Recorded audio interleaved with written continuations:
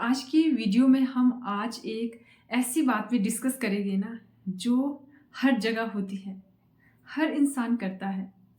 कुंडली और हाथ दिखाना। क्या आपको भी लगता है कि कुंडली दिखाई, हाथ दिखाया, सब कुछ बदल गया? लगता है आपको भी?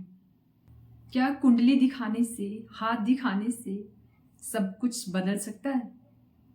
अगर ना ये कुंडली और हाथ की लकीरें ही हमारी किस्मत तय करेगी ना, तो ईश्वर कहाँ है? जो हम मेहनत करते हैं, जो हम प्रयास करते हैं, दिन रात मेहनत कर रहे हैं, फिर वो किस लिए? तो आज हम इस बात को जानेंगे भगवान श्री कृष्ण के उदाहरण से। नमस्ते, कैसे आप सब? Hope you are doing great. देखो, हम सबकी लाइफ में ना बहुत सारी प्रॉब्लम चली रहती है, बहुत कुछ होते रहता है। हम क्या चाहते हैं? सॉल्यूशन। उसके लिए हम कुछ भी करने के लिए रेडी रहते हैं, कभी कुंडली और कभी हाथ। और फिर ना हमारे डर का भरपूर फायदा उठाया जाता है।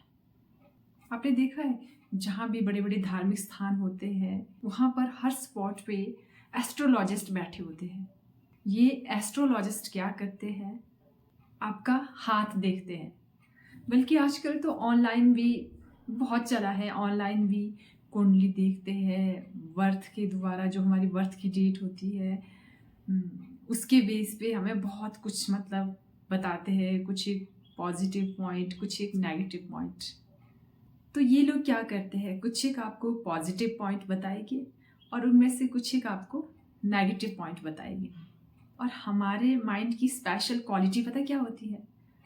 हमारा माइंड नेगेटिविटी को पहले लेगा और पॉजिटिविटी को बाद में।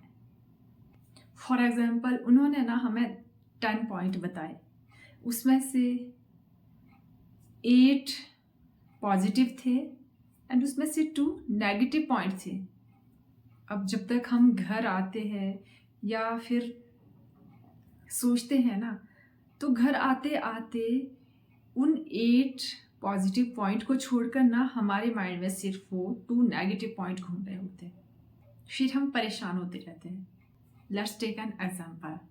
मान लो हम कोई इंटरव्यू देने जा रहे हैं। हमसे बहुत सारे लोग कह रहे हैं कि यार आजकल तो बहुत ज़्यादा कंपटीशन है, बहुत ज़्यादा भीड़ लगी होती है, मुश्किल है, नहीं हो पाएगा। या कोई बिजनेस करने जा रहे हैं तो वहाँ भी हमें किसी ने कह दिया यार बहुत ज़्यादा कंपटीशन है मार्केट में, तो नहीं सक्सेस होगे, नहीं हो पाएगा।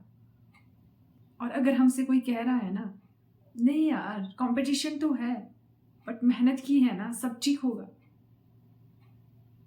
ये बिजनेस कर लो, हो सकता है तुम सक्सेस हो जाएगी। तो हम क्या करेंगे? जो हमें पॉजिटिव राय दे रहा है ना, हमारा दिमाग वहाँ काम नहीं करेगा।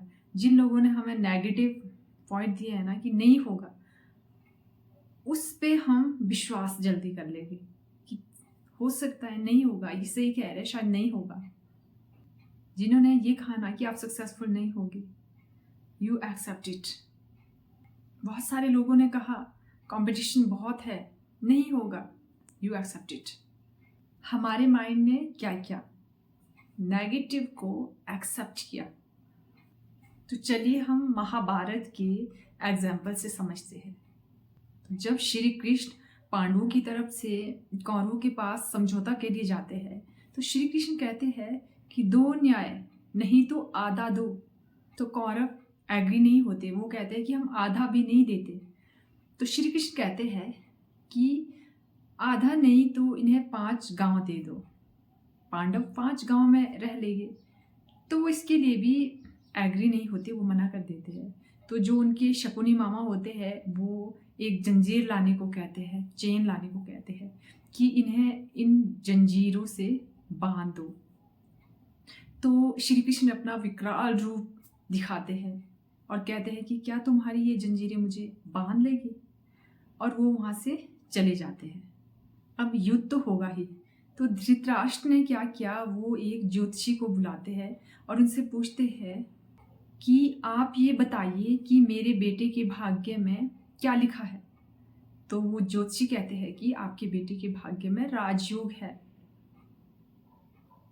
फिर वो कहते हैं फिर तो बहुत अच्छी बात है, फिर तो युद्ध होना चाहिए, हम युद्ध करेंगे। युद्ध शुरू हुआ तो उन्होंने कुछ दिन बाद संजय से पूछा कि संजय कैसा चल रहा है सब कुछ। तो संजय ने कहा कि हम हार रहे हैं। फिर धृतराष्ट्र फिर से ज्योतिषी को बुलाते हैं कि ये क्या हो रहा है। तो ज्योतिषी कहते हैं कि आप धैर्य रखिए, अभी तो 2-4 दिन ही हुए हैं, जैसे कि मैंने कहा कि इनके लिए राजयोग है। उन्होंने कहा ठीक है। फिर उन्होंने कुछ दिन बाद फिर से संजय से पूछा कि संजय कैसा चल रहा है युद्ध। तो संजय ने कहा कि आपके बहुत सारे पुत्र मारे जा चुके हैं। फिर उन्होंने फिर से ज्योतिषी को बुलाया और कहा कि ये हो क्या रहा है। फिर ज्योतिषी ने कहा कि सब कुछ ठीक चल रहा था, आपके बेटों के लिए राजयोग है, लेकिन वहाँ पे एक ऐसी शक्ति है ना जिसने भाग्य, कुंडली, ग्रह नक्षत्रों को ही बदल दिया। वो कौन थे? श्री कृष्ण। तो आप समझ गए होंगे कुंडली और ग्रह नक्षत्रों से ज़्यादा इम्पोर्टेंट है भगवान की कृपा। जब भगवान की कृपा होती है ना तो तकदीर ही बदल जाती है और आप किसी भी मुश्किल को पार कर जाते हैं।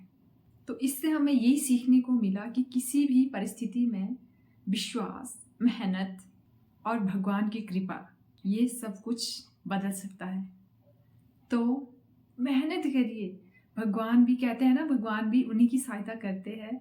भगवान की कृपा भी उन पे ही होती है ना जो बहुत ज़्यादा मेहनत करते हैं और बहुत ज़्यादा हार्डवर्क करके ऊपर वाले पे विश्वास रख के ना आप अपनी कुंडली और हाथ की लकीरों को बदल सकते हैं। That's it for today.